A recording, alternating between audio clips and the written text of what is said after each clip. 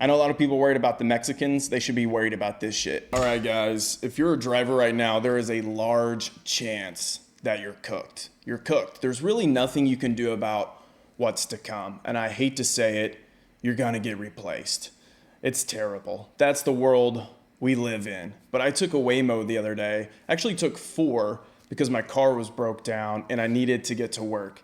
And let me just go ahead and say that experience was amazing. They got there on time when I needed them to. They were cutting people off, getting me there quickly, but it was respectful. There was even one point where it picked me up from my house and there was a truck sitting on the side and a ladder going into the other lane, right?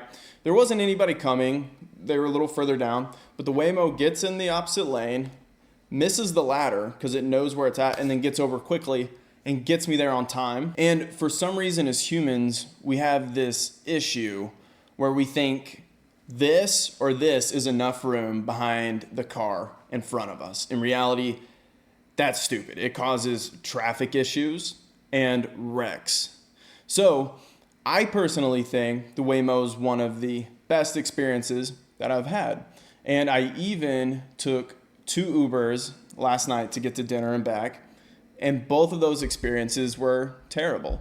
The first guy took the wrong turn, ended up making us around 10 minutes late to our dinner. And then the second guy couldn't figure out where the dinner place was even at, even though I had the location set there. It's like it knows I have somewhere to be. We are at Lombard and Goff Street right now where a sinkhole has formed and it's been blocking off traffic throughout the morning and it's been causing a major headache for drivers just trying to get around it to get to work or school. Our crews on scene saw multiple Waymo autonomous vehicles driving straight through this at full speed, ignoring public works vehicles trying to block this area off. I love how these poor dudes are just trying to do their job, and then there's a self-driving car not giving a fuck and going through the potholes, splashing water on everyone and everything. But really, that's what we're paying for, right? Get us there on time. I don't care what it takes. Drive through that pothole, make that decision, and it's a robot. It can't really feel the difference. However, that is an $80,000 car. I will say the experience was very weird though. It was futuristic. I mean, getting into a car that doesn't have a human driver and seeing the wheel steer itself, it's nice seats, it says your name right when you get in, you unlock it from your phone, it says, "Hello, Colin, how are you doing today?" And then you can start the ride just by clicking a button and it takes off for you. But with every new innovation, that's always what happens. Everybody's super weirded out about it and then you just get used to it because you prefer it. I was looking at some of the comments on these videos and everyone has just about had a great experience with Waymo. And they're actually hilarious whenever it comes to getting pulled over. I don't know how this is gonna work. Like whenever they get stopped and a cop goes up to the car, who are they gonna speak to? Is it a person on call that's sitting in a call center? Here's a video of a cop pulling one over and then not being able to communicate with anyone or even have the window rolled down.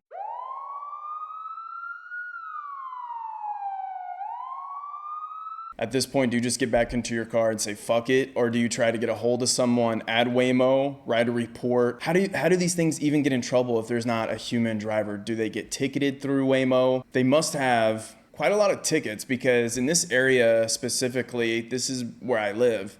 There's a lot of construction. Things are changing all the time. They're putting up stop signs in random places.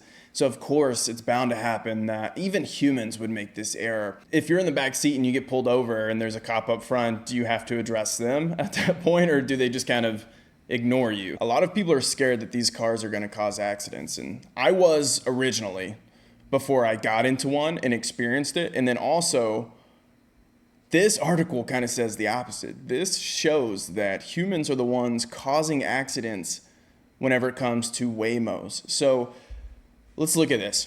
While the public at large remains fearful for driverless cars, which is very true, Waymo has been racking up rides at a rate of over 1 million per month. However, the autonomous taxis don't have a pristine safety record. Okay, true.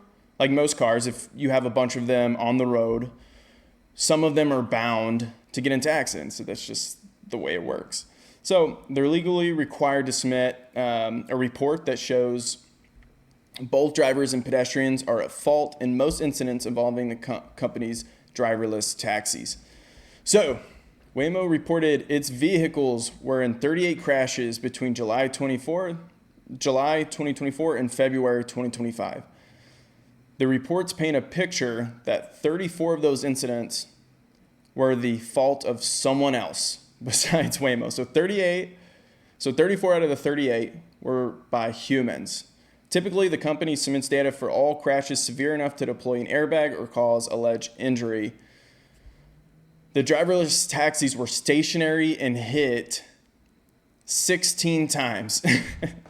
So they weren't even moving, and people were just driving into them, which actually makes a lot of sense if you think about think about this. When was the last time you got on the highway and somebody did some dumb shit? Or you just witnessed something that was terrible, and if it wasn't for how good of a defensive driver you were, that you would have been in an accident? That happens almost every time I get on the road right now. Somebody is doing some dumb shit. And to be fair, we're humans.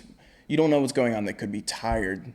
They could have a bad day. They just maybe didn't see that person. Things get away from you, right?